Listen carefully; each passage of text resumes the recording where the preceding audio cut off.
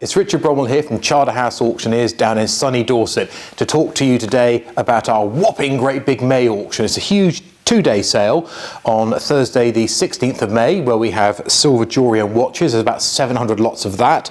And then on Friday the 17th of May we have miscellaneous, ceramics, furniture and bits and pieces. Now, although it's a lot to talk about, we're going to do a bit of a run through rather than a walk and talk this time. And first up in the back sale room, one of three sale rooms full, we've got this huge collection of Mason's Patent Ironstone here. You've got a lovely set of 10 Mason's Patent Ironstone Hydra jugs here from a client. There's a lifetime collection, and George will be sort of showing you up and down, and we've got more. There's basically, if you like jugs, then we have the sale for you. These are all Masons all the way through here. I mean, there are hundreds of items all in the client's dining room down in a property near Bournemouth. A lifetime collection, so collection of Hydra jugs there, lot 740. Probably they'll do sort of easily sort of £100 to £200. There is a little bit of damage and restoration through it, as you'd expect. So coming up through here, so we've got a huge collection of jewellery. We've got kind of, you know, flea market jewellery up to sort of £10,000–20,000 jewellery. We've got boxes, big collection of Dalton and Beswick. This is a lovely collection of Dalton Lambeth here, all coming up for sale. Up through here we've got more Mason's Ironstone China. This is always a great fun of something which I've always liked is the good old bargeware teapot. Big thing here, plenty of tea, teapot on the cover there. God bless our home, exactly. You've got Cadogan teapots, you've got pearlware, you've got creamware, huge variety of ceramics, you've got Pennington's Liverpool, you've got 18th century Worcester, 18th century Corfley, you've got Newhall, all the sort of the great names in my book of teapots and what have you.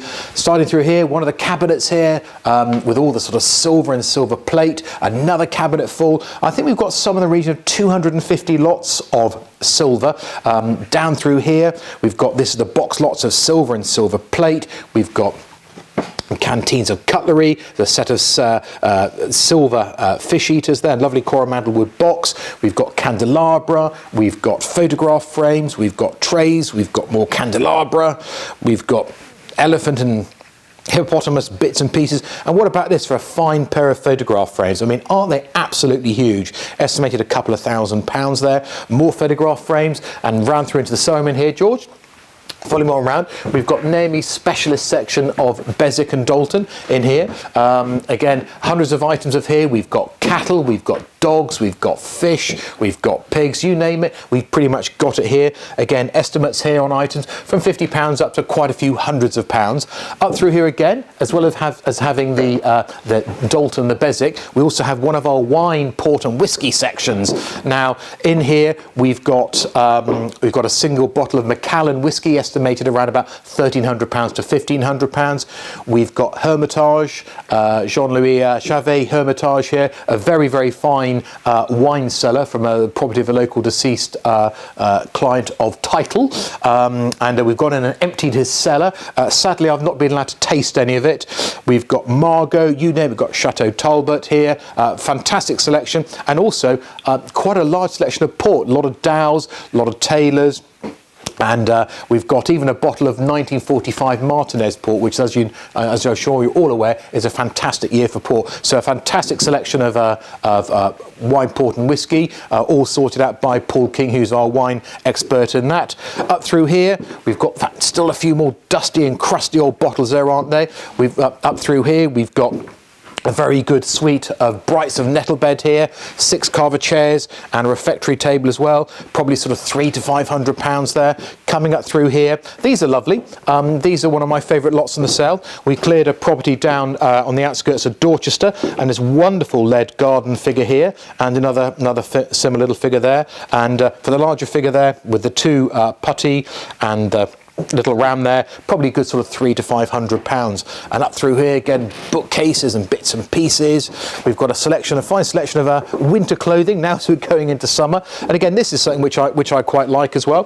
This is a wonderful Gordon Russell of Broadway sideboard here with a lovely helix pattern on the door there.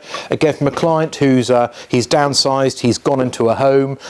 This is something which he bought out of a junk shop 30 years ago, and today it's going to do certainly quite a few hundreds of pounds, but a really good size, modern furniture, really good design, lovely and clean. We've got continental furniture from property we cleared over in Wiltshire. We've got a little bit of local Dorset roadkill there. Down through over here is actually quite nice as well. We do like our country furniture here because we are actually in the countryside, as you'd imagine. And you've got a lovely late 18th or early 19th century oak dresser. They're lovely proportions, not too tall, so you'll get that into your cottage. We've got piles of luggage, we've got coffers. Again, this is another one of my favourite pieces of furniture. So whilst you have the Gordon Russell over there, this is a late 17th or early 18th century walnut cabinet on stand here with this wonderful floral seaweed marquetry on it here. Estimate on that is between sort of £3,000 and £5,000. So you've got a classic piece of English furniture, not the sort of thing that was in the workers' cottages. This is more the lord of the manor with a little sort of secret drawer at the top there as well. So that's a wonderful thing there. But I'm going to whiz round into the cabinets now. We've got, as I say, on the first day, we've got a huge selection of silver jewellery and watches, and I say we've got around about about sort of 350 lots of jewellery, and one of the star of the jewellery is this amazing tennis bracelet here, really quite substantial stones, which is why, as a tennis bracelet, that's estimated around about the £15,000. That a wonderful tennis bracelet.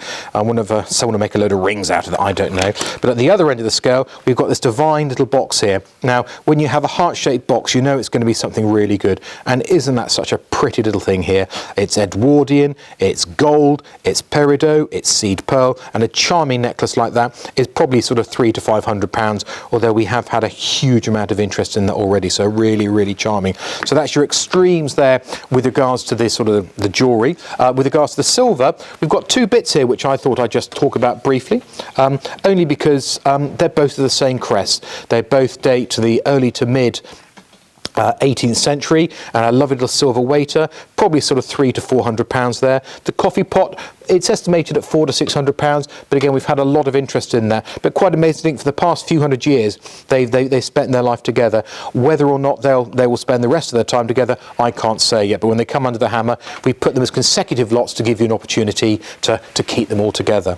And something of a more modern nature, we've gone from the 18th century through to the late 20th century here, and a lovely silver model of the dog here. Silver and dogs, always very popular. The sort of thing which you when you've got your desk, you can just put it on there and enjoy it. Estimate around about the sort of the £600 to £700. So although you've got something which is here from the 18th century, in many respects the dog is more commercial. And the last thing to just talk about is this wonderful little collection of Clarice Cliff beehive pattern shape honey pots and covers here, and again from a local private collector here, been accumulated for the past sort of few years, and they'll certainly generate a lot of interest because Clarice Cliff in the 1920s and 30s still very popular. Well, there's a bit of a whistle-stop tour through our huge May auction. I say around about 1,400 lots, so it's going to be a long couple of days. I hope you enjoyed the walk and talk, and maybe we can tempt you to bid on a few items.